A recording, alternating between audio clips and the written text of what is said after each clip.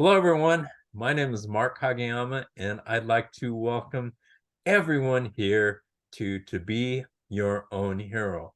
I'm a stage 4 prostate, bone, and lung cancer patient. Been dealing with cancer for going on 3 years. 3 years, yeah. 2021, it's going to be 2024. So, and doing really, really well. I am just so happy to be alive and to have the opportunity for each and every day. Every day is an absolute blessing, and I am just so thankful. And I'm so thankful for all of you for joining us here at To Be Your Own Hero. Please subscribe, like, make a comment in the comment section, and ring the notification bell so that you can get these videos on a regular basis.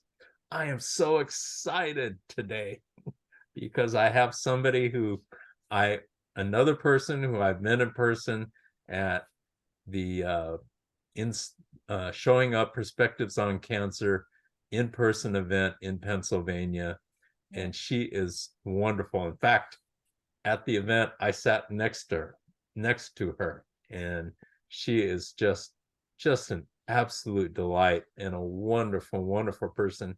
And I'd like to introduce everyone to Zoraida Morales.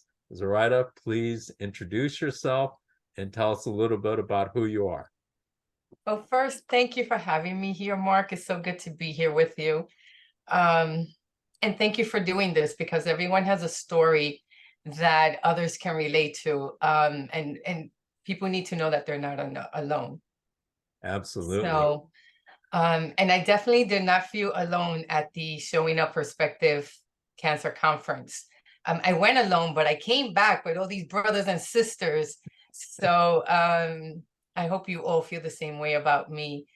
I am Zoraida Morales, and I never thought that me getting a cancer diagnosis of chronic myeloid leukemia in 2008 would move me from a finance professional to a cancer coach, but that's what happened. And we all tend to think we have our lives figured out until something happens, right? And so for me in 2008, I had reconstructive surgery on my foot. So I was 3 months not non-weight bearing. And I figured, what a good time to have a routine annual physical, right? And so I go to my primary physician's office, and my white blood counts are doubling and tripling. And he's asking me if I have an infection and if I'm feeling tired. And I said, well, of course I'm tired. I'm the mother of a 3 and a 6-year-old. I work 10-hour days. I work in finance. So he wasn't terribly alarmed. But then the next day he asked me to go get another blood test, and the numbers doubled. So he asked me the following day to go back, and the numbers doubled again. So now my numbers are doubling, my white blood count.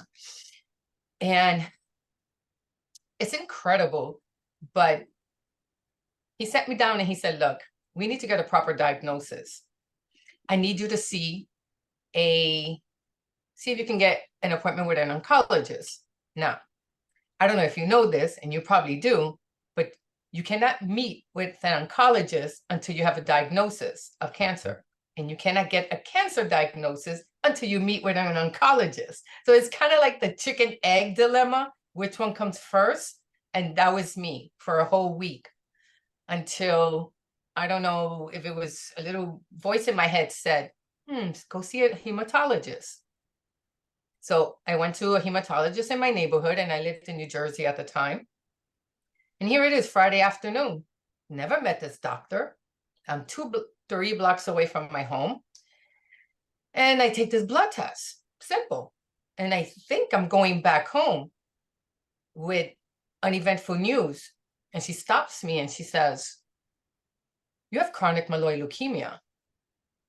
And I've signed you up for a bone marrow biopsy and aspiration on Monday. And I looked at her and I said, what? I said, there's nothing wrong with me. I'm fine. You must have me mixed up with another patient. Look again. But truthfully, as I'm saying those words, Mark, I'm feeling my intuition going, this is not a good thing. Right? Because I know that the whole week I was going from one, trying to get blood work, and it was doubling, and that's just not normal. So right there, I kind of knew, but I was in denial. And so I kept saying to her, you must have the wrong patient. And I felt so annoyed that it was a doctor I've never met before. But when I think about it now, in hindsight, it makes sense, because who has an oncologist on their phone, right? That you can call every now and then. You're going to get a diagnosis from a doctor you've never met before. So it feels cold. It feels just uncomfortable. And she said, she was somewhat stoic, and she said, I expect to hear Monday morning. Now, this was Friday afternoon. I expect to hear Monday morning. This is what's going to happen. This will give us a better sense of where you are. And I'll see you then. And I walked out of her office so out of sorts. And I got in my car, and it was raining, and I could hear my car being pelted with rain, and it almost felt like it was hitting me, like the rain was hitting me and it was pelting me, and I was just so out of sorts. I call my husband, I give him the news, and we both cried while I drove home. And in that moment, my life changed, because I was no longer the person that I used to be. Of course, I didn't really know that at the time. I know it now. Yeah, and that was the beginning of my journey. Wow. So when you got diagnosed, you had what did you have, one or two of your kids at that time? Oh, I had two children. Two children. Okay. I had a 3-year-old and a 6-year-old. Yeah. Okay. So when you got the diagnosis, where was your mind at? Where did it go? What were you thinking? Am I going to pass this on to my children? That was the first thing I thought about. Am I going to see my children grow up? I mean, they were 3 and 6. At that point, I can only hope to just see them graduate from elementary school. I was so scared. And I just kept thinking that I needed to fight for them. Even at that point, I wasn't even thinking about myself. I was just thinking about my children and the legacy they were going to have if I wasn't around. And I vowed that I was going to do everything I could to pick myself up and show them what happens when life throws you lemons. That is exactly what I thought. Exactly. I mean, I had to be around for my kids, even though they're older. And we'll talk about that a little bit later, but we have to have that hope and that purpose at that particular time in our journey, because if we don't have something that we have to look forward to, then where do we go? Yeah. And good point, because what happens for a person who gets a diagnosis and doesn't have family around, or doesn't have the support and guidance that they need? Right. I mean, that's what makes the recovery really tough. And you and I could talk about support and lack of support, as we go through this. But this is something that you can't do alone. Absolutely. And you need to, at the beginning, you need to focus on something that really makes you want to fight. And for me, it was my children. I didn't want them to have the legacy of their mom dying on earth while they were growing up. You know, I mean, I still need my mother, so I can only imagine what a 3 and a 6-year-old will feel like, right? Right, right. And that's, you've been a survivor for a long time, and Yeah. so you've had the opportunity to see the whole journey lay out in front of your eyes. And now that you are where you are right now, looking back, would you change anything when you got the diagnosis? You know, I want to say no, because I learned so many lessons. I learned so much about myself. And through those moments where I had to pick myself up each time, you know, I just rose to a higher level. I don't know if I would have done that if things would have gone exactly as I wanted them to or expected them to. So I want to say no. But hell, I wish it weren't so painful.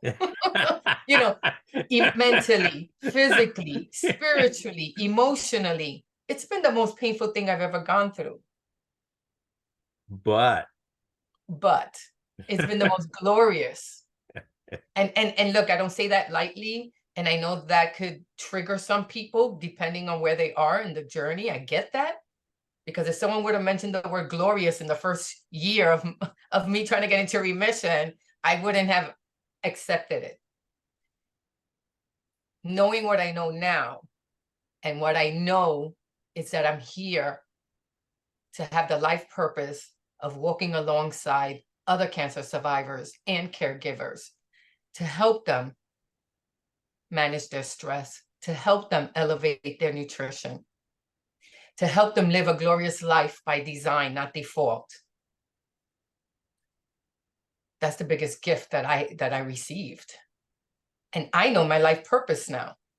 I was in finance for 30 years. I actually thought that was my life purpose. I thought my life purpose was to get out of the South Bronx and get out of poverty and go into finance. And I thought that was it. I thought I would just retire at 67 or 70, and always be in finance. And that was it. But God had different plans for me. yes, he And I did. realize now, and I didn't know it then because I didn't grow up with religion, and I didn't really have a lot of faith in anything that was bigger than myself. So now I feel like God universe has my back. God universe loves me. There was a reason why these things happened, and that now they didn't just happen to me, they happened for me. And I still get Wow. teary-eyed, I'm sorry. No, But that's what you've lived through, and that's what you've learned.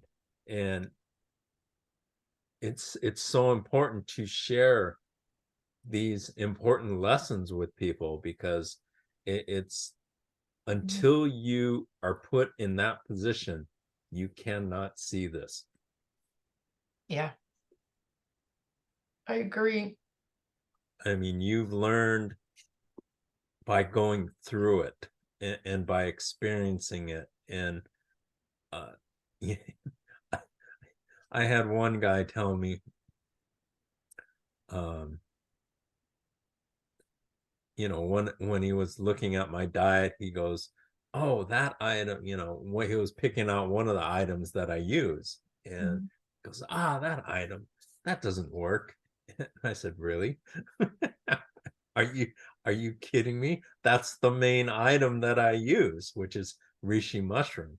And he goes, that doesn't do what you said. Well, I said, you know your opinion is your opinion, you can have that, but for me, it worked great, and it was one of the main things that I've used. And so you cannot tell me that it doesn't work for me. It may not That's right. work for you, you have to try it for yourself.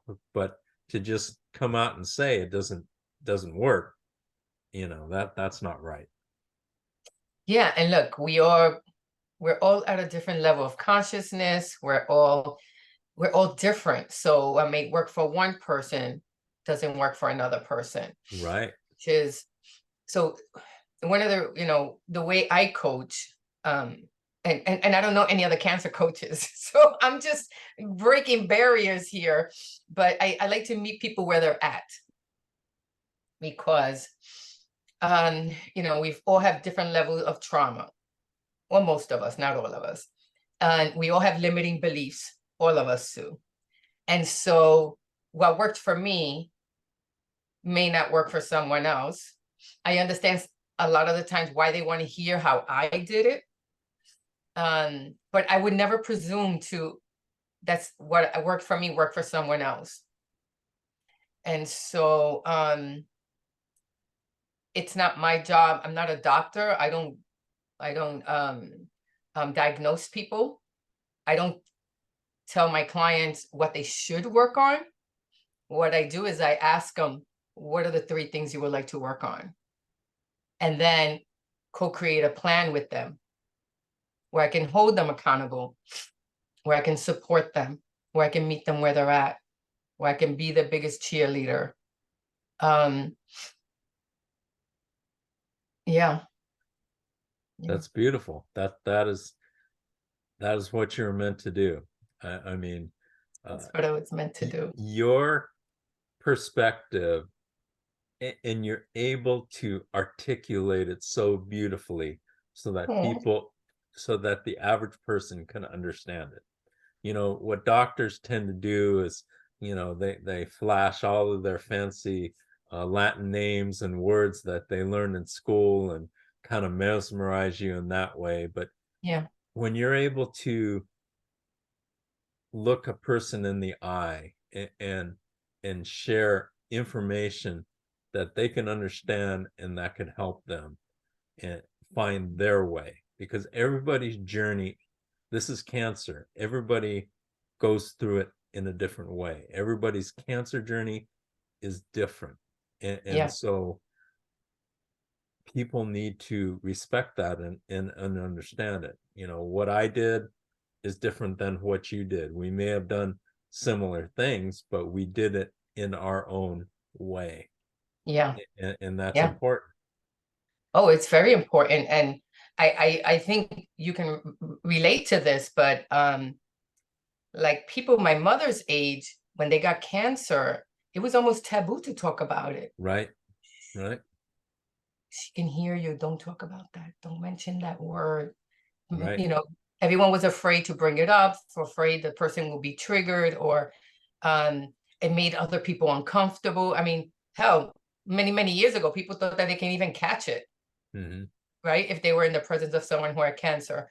So I'm so happy that now in this day and age, we're talking about it, especially right now. It's needed right now more than ever, because we need to see as we continue to work on ourselves and heal ourselves, we can heal community. And when you heal community, you can heal the world. And doesn't this world need it more than ever? I mean, if anything, you're look what's going on. You're stealing my clothes, Zoraida. That's what I always close with. But oh shit. I'm sorry, Mark. You can still close with it. No. But I will never. I always allow people to be themselves and to share, what is important to them. And you just brought it up earlier. We live in this world that is just so difficult and divisive and negative and has all these things that confuse people. And I think one of the things that is amazing about the cancer community is because we've stared death in the mirror. There's a lot that comes with that, and a lot of growth and a lot of understanding, and also it comes with a responsibility too. You know, we've been blessed to live. We have gone through it, and we've come through it at, you know, through our own journeys. You know, we are doing so much better. Yeah, But I agree. it's something that as far as I'm concerned, I will have to deal with cancer the rest of my life. It's not something like, hey, I'm better, I can go back to eating junk food and you Right. know, doing things that I used to do. No, no, not at all. I have a new life, and I have a new perspective. I have a new diet, which Yeah. I've been doing now for several years since I've been diagnosed, and it's working. And so why would I want to change something that's working? It doesn't make sense. I can't go back to, you know, eating garbage Oh, and things yeah. like that. It's just, you know, why go back? I, you, I don't think any cancer patient wants to go back and redo what they did from the start. It's just not good, not good at all. And I it's would do anything never to, and like you said, you know, we still live for those blood tests every 3 months. I mean, I just graduated to every 3 months 27 months ago. For 13 years, I went to the oncologist every month, every month. And every month I knew the date was coming just because I could feel it in my body. And every month I would start to get a little melancholy and go, okay, I hope my numbers are still good. And then I will have to reframe and go, no, my numbers are good, right? I'm still going to live this good, wonderful life, with or without a good result. But as you know, you're walking into the hospital, right? And you can't help but like try not to shrink. You're doing everything you can to just keep upright and positive. And it's a really tough place to be because everyone's in a different journey, right? And you're now surrounded by so many people, you know, going for their cancer treatments and diagnosis. And it's almost like reliving the whole thing all over again.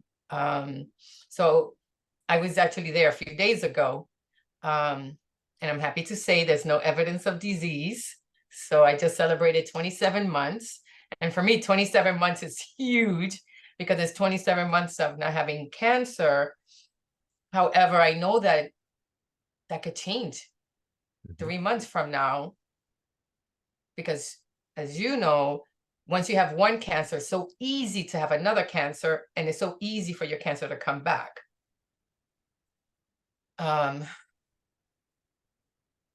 But again, when I got my cancer diagnosis, I had to ask myself, and it may sound morbid to some people, but do I want to live? Do I want to die? How do I want to live? What am I hungry for? What do I need that I don't have, and how do I get it?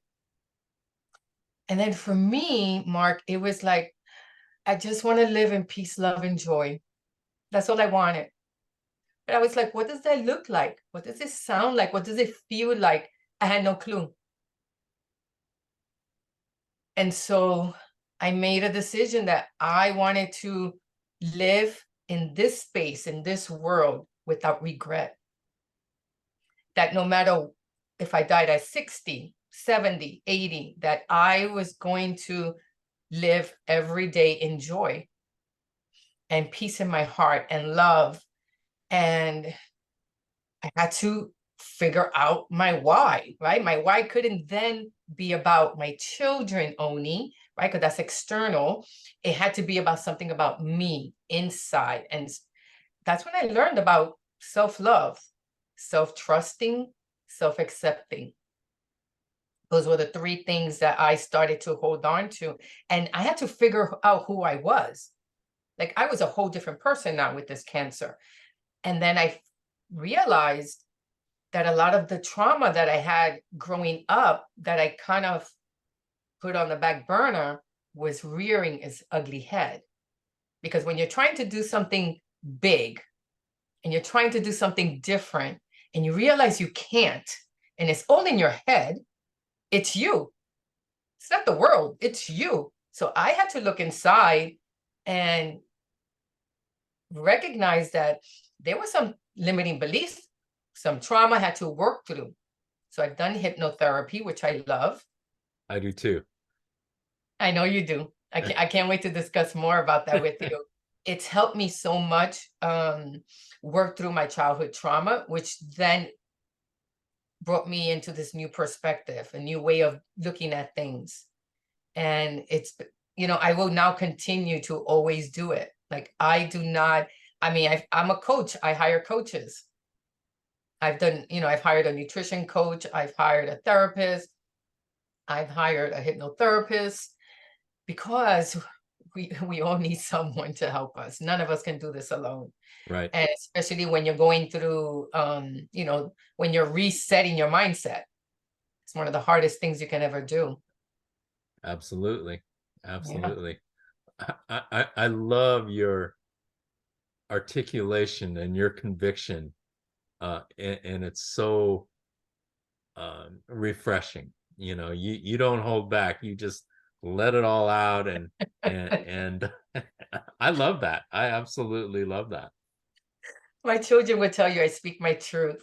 And I don't know, do you feel this? But because of all we've been through, we're like, what the heck? We can say whatever we feel, because it's not wrong. It can never be wrong because we're speaking from our heart. Yes. Right? Do you feel that too? Sure. I think what's beautiful about the cancer community is, and I noticed this right off the bat, because when I was really, really sick, I reached out to cancer patients and survivors through LinkedIn. And what astonished me was the openness of these people. It's like you talk to, most people on the street, and you have to cut through the layers before you get the truth and you get the person. Whereas cancer patients, they'll just come out and tell you. And I was like, wow, that is so refreshing, right? Yeah. Yeah. I think there's a freedom to getting this diagnosis, or just getting any chronic illness diagnosis. It's, you tend to feel like a badass because you're like, wow, I could handle this. I could work through this and come through to the other side. There's a reason, right? And doesn't matter how long of a time we have here, it's what you do with it. And you realize how precious time is and how important having those wonderful experiences are. It's not about the second car. It's not about the bigger home. It's about the experiences. It's about laughing. It's about, playing Jenga with your friends. It's about letting that inner child have fun, right? And I've been doing that a lot. I actually soothe myself with a lot of my childhood games. I do. For instance, I was in Virginia Beach for 3 weeks. I just came back a week ago. And it's funny because I'm the youngest out of my friends, and I'm 60, right? So I'm the youngest. And you do not look anywhere near 60. You look absolutely fantastic. Thank you. And we played Jenga at least 3 times during that time. We played Uno. We went bicycle riding. I was on the beach, so the beach is where I feel it's where I have a moment to pause and really reflect and enjoy life watching children play in the sand. You know, I was doing crossword puzzles on the beach. Um, those are the things that make me the happiest. Yeah. Went to a museum, took a long walk, spent time with my friends. We made dinner together. All those wonderful memories. That's what it's all about. And it reminded me that I've been alone for a while, and it was so good to be in close proximity of the people who love you the most. Therefore, I'm actually moving to Virginia Beach in 6 months. Oh, wow. That's great. Yeah. Awesome. I live in New York, so in New York City. So you know, this is a big change. But I feel that I can go further, having all this love, being surrounded by the people who love me the most. It makes a big difference. And you know, Yes, because you I just do. moved to where your daughter lives. So Yes. yeah. Yes, it is life-changing, absolutely life-changing, and I hope I'm so happy for you. That is so fantastic. I'm giddy. I'm giddy. I'm like Yeah, so happy. yeah. I came home, I told my children, now my two children are in college now. It was, you know, perfect timing. My little, you know, they weren't that happy for me. They were like, what, where are you? And I said, look, I'm an hour and 15 minutes away on a plane because I'm still on the East Coast. Their father lives in New York. My son is graduating from college in May. I said, who knows where you'll land, right? In which state or company, because he goes to school in New Jersey, but you know, he can get a job anywhere. And then my little one, he goes to St. John's University in New York City. I mean, in New York. Like I told him, I'm always here for you. We still have our 1 o'clock Sunday calls, which we can always move. But it's time for me to get the support that I need, right? And then be able to help my friends as well. But just live at a slower pace because I love New York, but the pace is so fast. I'm a bit tired. I'm looking to slow down, and I could do my business from anywhere. As a Yes. cancer coach, I've been you know, supporting people through Zoom for the last few years. Yeah. So So I'm excited.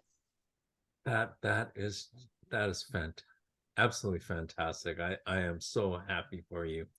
And we need to wrap this interview up. And so what final thought would you like to leave with everybody? Well, I know it's not for everyone, but I can tell you that the way I moved through the 13 years of taking chemotherapy and learning about myself was working through my trauma, was working through my limiting beliefs. Those things, there were things holding me back. So when I hear someone say, I'm not comfortable doing that, like I can't eat kale. Yes, it has nutrients and all these wonderful properties, but I can't eat that. So I had to reframe what was I going to do for myself and what was I not going to let hold me back. And I wasn't going to let kale or anything else hold me back. So I had to be in the mindset of, yes, I would try that and see what happens. Yes, yes, yes, instead of saying no, no, no.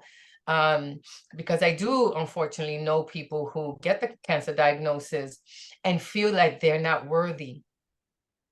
And so they feel that I've only got a few more years to live. What difference does it make?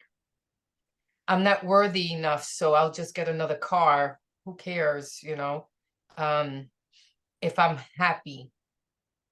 And for me, happiness, I have to be happy every day. I have to be happy all day, every day. And so I've made my heart the ruler and my mind and my ego the follower and supporter, which is totally different than how I lived my life before.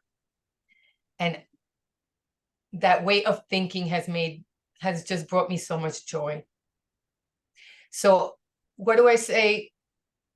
Say yes. Open yourself to saying yes. And when you find you cannot say yes, hire a cancer coach so they can help you identify where you need help. And if you want to get in touch with Zoraida, her links will be in the description, and I'll also put it in the comment section, or you can contact me and I'll make sure that you get in touch with her. But thank you so much, Zoraida, for just an awesome interview. I mean, you are so phenomenal. Thank you from the bottom of my heart. And I'd like to thank each and every one of you who watches my videos. I really appreciate it from the bottom of my heart. When I started this channel, I just wanted to help one person. But the person I didn't realize that was helped the most by these videos was me. And so I thank you so much.